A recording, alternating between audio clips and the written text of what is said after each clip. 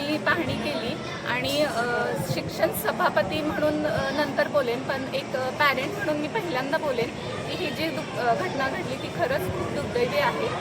आणि पॅरेंट्सचं बोलणं ऐकताना मला खरंच खूप हेलवल्यासारखं झालं. जर त्या बाळाला डोक्याला लागलं आहे तर चिंताजनक गोष्ट आहे आणि अशा घटना परत घडू नयेत, म्हणजे कुठल्याच शाळांमध्ये घडू नयेत याच्यासाठी मी सांगेन की काम पूर्ण झाल्याशिवाय एकतर मुलांना त्या शाळेत बसवू नका. आणि जर अशा काही शाळा असतील की जिथं ठराविक निधी येत जातो आणि मग कामं केली जातात, तिथं मुलांची गुणवत्ता शिक्षण असेल ह्याच्याकडं लक्ष तर आपलं आहेच. हा आपला पहिला मुद्दा आहे. पण सेफ्टी हा त्याच्यापेक्षा जास्त मोठा मुद्दा आहे. कारण आपलं मूल सुरक्षित असणं, व्यवस्थित असणं आणि पालक हे विश्वासाने आपल्या शाळांमध्ये मुलांना पाठवत असतात. तर त्याचं जास्त गांभीर्यानं विचार करून कुठलंही काम चालू असेल शाळेमध्ये तर ते सुट्टीच्या दिवशी मोस्टली करण्याचा प्रयत्न करावा. आणि ज्यावेळेस मुलं असतात त्यावेळेस कुठलंही काम केलं जाऊ नये आणि जे काही कामं होतात त्याची चांगली तपासणी व्हावी की ते व्यवस्थित झालं आहे की नाही झालं आहे. आता ही जी काही घटना घडली आहे त्याच्या संदर्भात मी पूर्ण अहवाल मागितलेला आहे आणि त्याच्यात जे कोणी दोषी असतील त्यांच्यावरती नक्कीच कारवाई केली जाईल, गय केली जाणार नाही.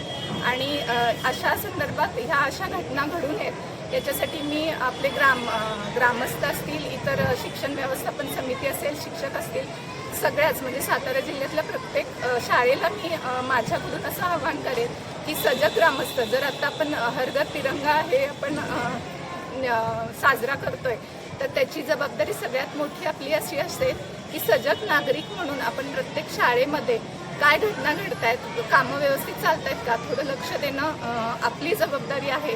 असं करून जर प्रत्येकाने केलं आणि कुठे तुम्हाला आढळलं की इथे बाबा व्यवस्थित काम होत नाही आहे, मी याच्याही आधी सांगितलं होतं की शिक्षकांच्या कामकाजावरती सुद्धा लक्ष द्या. तिथे कुठे तुम्हाला आजूबाजूला आढळलं असेल की इथे व्यवस्थित काम होत नाही आहे, हजर राहत नाही आहेत, हालचाल रजिस्टर पाळलं जात नाही आहे, त्याचप्रमाणे अशी कुठेही कामांची हलगर्जीपणा होत असेल तेही आमच्यापर्यंत पोचवा की जेणेकरून भविष्यात अशा दुर्घटना आपण टाळू शकतो.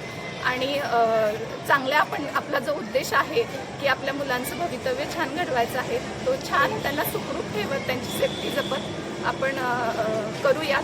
आणि 6 महिन्यापूर्वी पण अशीच घटना घडली होती, मात्र त्यानंतर दुसरी घटना घडली तरी पण ठेकेदाराने काळजी घेतलेली नाही.